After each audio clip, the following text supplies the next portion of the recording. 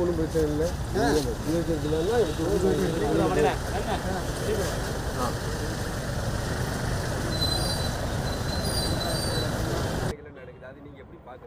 இல்லைண்ணா, அதாவது இதே தூத்துக்குடி மாவட்டத்தில் மணல் கொள்ளையரால் படுகொலை செய்யப்பட்ட விஓ கொண்டாங்க. அந்த படுகொலை வழக்க அரசாங்கம் வழக்கை துரிதப்படுத்தி 3 மாதமோ 4 மாதத்துலேயோ அவங்களுக்கு ஆயுள் தண்டனையை நீதிமன்றம் வழங்குச்சு. ஆனால் சாத்தாங்குளத்தில் அப்பாவி ஜெயராஜ் பென்னிக்ஸ் படுகொலைக்கு 4 ஆண்டுகள் ஆயும் இன்னைக்கு வரைக்கும் நீதி மறுக்கப்பட்டுக்கிட்டு இருக்கு.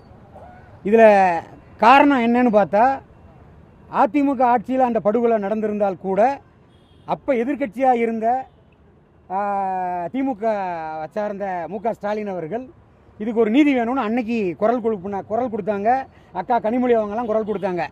ஆனால் இன்னைக்கு ஆட்சியில் இருக்காங்க மாண்புமிகு தமிழக முதல்வராக இருக்கக்கூடிய மு.க. ஸ்டாலின் அவர்கள் இந்த சாத்தாங்குளம் தந்தை மகன் கொடூர படுகொலை வழக்க உடனடியாக அதுக்கு தீர்ப்பு கொடுக்கணும் அல்லது காலதாமதப்படுத்தக்கூடாதுன்னு அதுக்கு அவங்களால நினச்சா செய்ய முடியும். இதை ஏன் சொல்கிறேன் அப்படின்னா, சிபிசிஐடி போலீஸார் மாண்புமிகு முதல்வர் அவர்களோட கண்ட்ரோலில் தான் இருக்குது.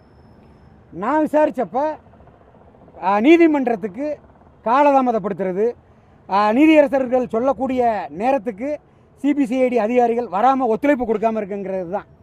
அப்போ இதுக்கு விசாரணை மறுக்கப்படுதுங்கிறத தான் நாங்கள் நினைக்கிறோம்.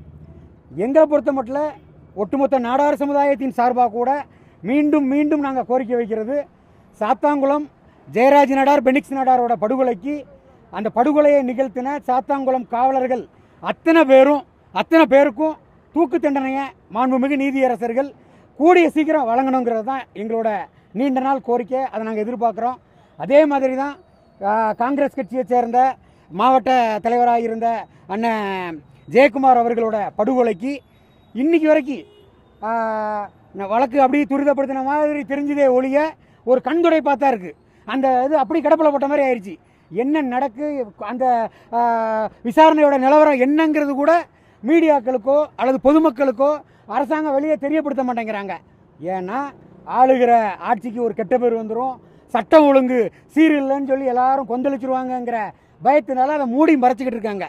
அப்போ நாடார் சமுதாயம் சார்ந்து நடக்கக்கூடிய இந்த மாதிரி கொடூர படுகொலைக்கு இந்த திமுக அரசாங்கம் ஒரு நீதியை உடனடியாக கொடுக்க மாட்டேங்கிறாங்கிற வேதனை எங்களுக்கு இருக்குது. சிபிசிஐடி அவங்க கண்ட்ரோலில் தான் இருக்காங்க. துரிதப்படுத்தணும்னு நினச்சா மாண்புமிகு முதல்வர் மு.க. ஸ்டாலின் அவர்கள் துரிதப்படுத்தலாம். ஏன் அவங்க துரிதப்படுத்த மாட்டேங்கிறாங்களோ அவங்களுக்கு உரிய சட்ட ரீதியான போராட்டங்களை நாங்கள் முன்னெடுக்கலாங்கிற எண்ணத்தில் நாங்கள் இருந்துக்கிட்டு இருக்கோம். அதாவதுண்ணே, நாடார் சமுதாயத்தின் சார்பாக இந்த பணங்களில் இறக்குறதுக்கு எங்களுக்கு உரிய அனுமதியை கொடுங்கன்னு சொல்லி எல்லா அரசாங்கத்துக்கிட்டையும், அது அதிமுக ஆட்சி நடத்தும் போதும் சரி, திமுக ஆட்சி நடத்தும் போதும் சரி, காலங்காலமாக நாங்கள் சொல்லிக்கிட்டு வரோம். அண்டை மாநிலமாக இருக்கக்கூடிய கேரளாவில் கல் விற்பனைக்கு இருக்குது, அண்டை மாநிலமாக இருக்கக்கூடிய ஆந்திராவில் விற்பனைக்கு இருக்குது. நம்ம தமிழ்நாட்டில் மட்டும் இந்த கல்லை ஏன் புறக்கணிக்கிறாங்க? ஏன் இந்த கல்லை விற்பனைக்கு கொண்டு வந்துட்டா இந்த திமுக கூட்டணியில் இருக்கக்கூடியவங்களோ அல்லது திமுகவோட மந்திரிமார்களோட சாராய ஆலைகளுக்கு விற்பனை குறைஞ்சிருங்கிறதுனால இந்த திமுக அரசாங்கம் இந்த கல்லை விற்பனை செய்கிறதுக்கு கொண்டு வர மாட்டேங்கிறாங்க. உண்மையிலேயே கல்லை அரசாங்கம் விற்பனைக்கு கொண்டு வந்திருந்ததுன்னா இந்த கள்ளச்சாராயத்தை யார் இன்றைக்கி காய்ச்ச போகிறா அல்லது இந்த கள்ளச்சாராயத்தை யார் குடிக்க போகிறா? இந்த தேவையில்லாத அந்த விஷச்சாராயத்தை குடிக்கக்கூடிய ஒரு சூழ்நிலைக்கு தள்ளப்பட்டிருக்காங்க. அரசாங்கம் தலை குனியணும். உண்மையிலேயே அரசாங்கம் தாமாக முன்வந்து, திமுக அரசாங்கம் எங்களால் ஆட்சியை சரிவர நடத்த முடியலன்னு சொல்லி இந்த ஆட்சியை நாங்கள் கலைச்சிக்கிறோன்னு சொல்லணும். அப்படி இருந்தால் தான் உண்மையிலேயே மக்கள் திமுகவை மன்னிக்குங்கிற இந்த நேரத்தில் சொல்லிக்க கடமைப்பட்டுக்கிறேன்.